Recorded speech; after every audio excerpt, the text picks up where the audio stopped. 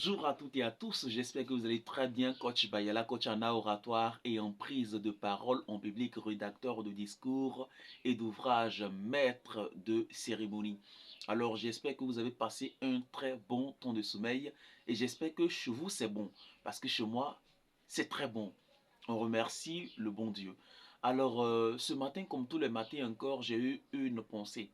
Quelle pensée d'ailleurs? Une pensée de partager avec vous, n'est-ce pas, la connaissance que l'on possède en matière d'art oratoire et de prise de parole en public parce que cela est très très important. Vous voyez, on n'ose pas le dire. On n'ose pas le dire, mais il y a des personnes qui souffrent intérieurement. Pas parce qu'elles sont malades, non. Pas parce qu'elles sont en manque d'argent, non. Pas parce qu'on ne leur dit pas bonjour, non. Mais parce qu'elles ont en elles-mêmes une certaine difficulté qu'elles n'osent pas faire sortir et qu'elles n'osent pas partager avec les gens. Et ces difficultés, c'est quoi? C'est que généralement, la personne se retrouve face à des personnes en entreprise, en société ou même lors d'un meeting, lors d'une conférence, elle n'arrive pas réellement, n'est-ce pas, à poser toutes ces questions ou bien n'arrive pas à développer la compétence, les potentiels, n'est-ce pas, intellectuels qu'elle a. Elle n'arrive pas vraiment à transmettre ce savoir-là. Vous voyez, tout simplement parce qu'elle ne maîtrise pas. Parce que cette personne-là ne maîtrise pas l'art oratoire, parce qu'elle ne maîtrise pas la prise de parole en public. Attention, il y a une nette différence entre l'art oratoire et la prise de parole en public. Quand on dit l'art oratoire et la prise de parole en public, vous voyez, entre l'art oratoire, il y a une conjonction de coordination qui est le et. L'art oratoire et la conjonction de coordination. Maintenant s'ensuit prise de parole en public. Cela montre que quoi? On peut à la fois, n'est-ce pas, montrer les dissemblances et les similitudes entre l'art oratoire et la prise de parole en public, ce qui constitue en réalité une comparaison. Or, quand on veut faire une comparaison, forcément, on va faire sortir, n'est-ce pas, les dissemblances et les similitudes. Mais là n'est pas le véritable sujet. Vous voyez, un jour, j'étais en train de faire des recherches, j'étais en train d'étudier, chercher, n'est-ce pas, à maîtriser certains tests qui peut-être vont m'inspirer lors de mes speeches, lors de mes temps de parole et autres. Et je suis tombé, n'est-ce pas, sur un ouvrage, un recueil poétique. Le recueil poétique a été rédigé par qui? Qui est d'ailleurs l'auteur? Il s'agit du français Charles-Pierre Baudelaire, bien évidemment, le bien-aimé de tous les Français, le bien-aimé de tous les amoureux de la langue française. Je ne dis pas que c'est un saint, mais c'est quand même un vrai poète, quelqu'un qui a vraiment écrit des textes inspirants. Et je tombe, n'est-ce pas, les chers amis, sur l'albatros. L'albatros. Pour vous, c'est quoi l'albatros? Alors l'albatros, il y a d'autres personnes qui vont vous dire que non, l'albatros, c'est un bateau de mer et autres. Non, non, non. L'albatros, c'est un vaste oiseau de mer. C'est un oiseau géant de mer qui s'envole, n'est-ce pas, dans les cieux, au-dessus de mer. Vous voyez? Et le poème, dans le recueil poétique, le titre, l'Albatros, le poème même en réalité m'a capté, m'a captivé, a attiré effectivement mon attention. Je vous dis que Charles-Pierre Baudelaire, c'est quelqu'un vraiment d'excellent. C'est un meilleur, n'est-ce pas, poète que je puis connaître jusqu'à ce jour.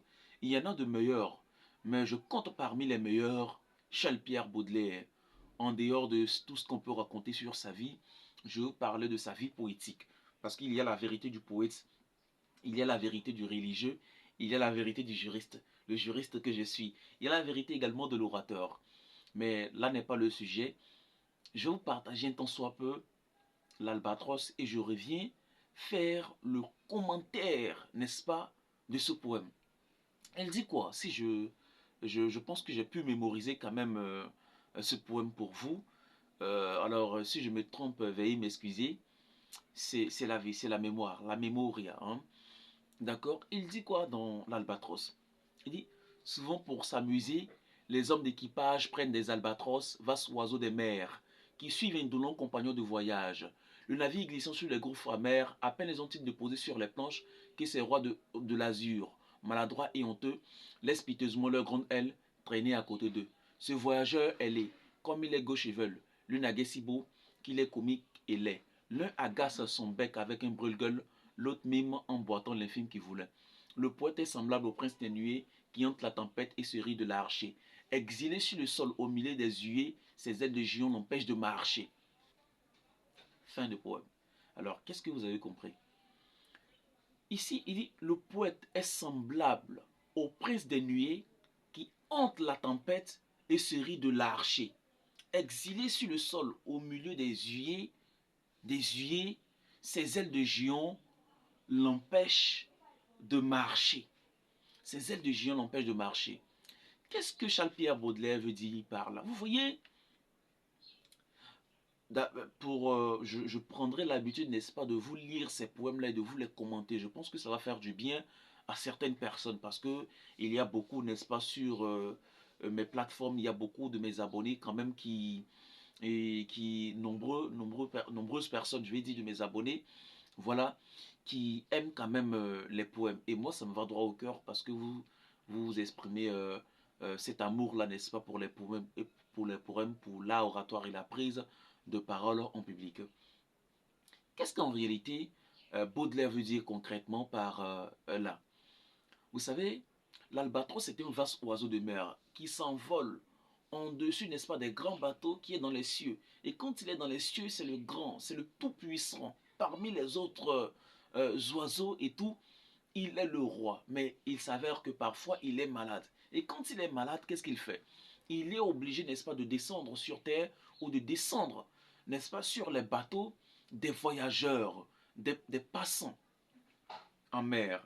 Et quand il descend sur le bateau, lui qui était le roi dans son univers, il devient vraiment un oiseau, un être vivant malheureux parmi les hommes, parmi ceux qui ne connaissent pas, n'est-ce pas, sa royauté.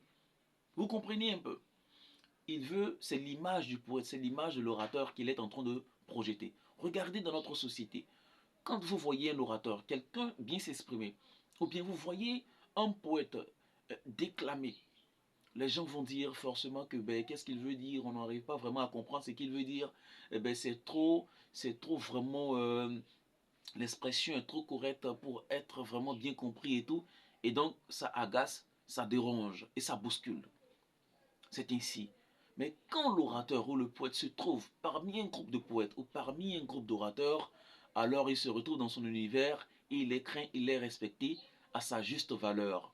Donc comme l'albatros, qui quand il est malade descend parmi les hommes, n'est plus considéré comme un roi. Ainsi, lorsque le poète ou l'orateur se trouve parmi des personnes qui ne sont pas amoureux de la langue, qui ne sont pas amoureuses de la langue française ou qui n'aiment pas l'art oratoire et la prise de parole en public, le poète ou l'orateur n'a pas vraiment cette légitimité de parole. Mais imaginez ou devinez, quand il se trouve parmi les poètes, parmi de vrais orateurs, alors il est enchéri et adulé. Si vous avez aimé ces explications, ou bien si vous voulez encore plus d'explications, laissez-moi un message, likez, commentez, abonnez-vous. Je répondrai à tous vos commentaires et à toutes vos préoccupations. Coach Bayala, je vous remercie. Au revoir.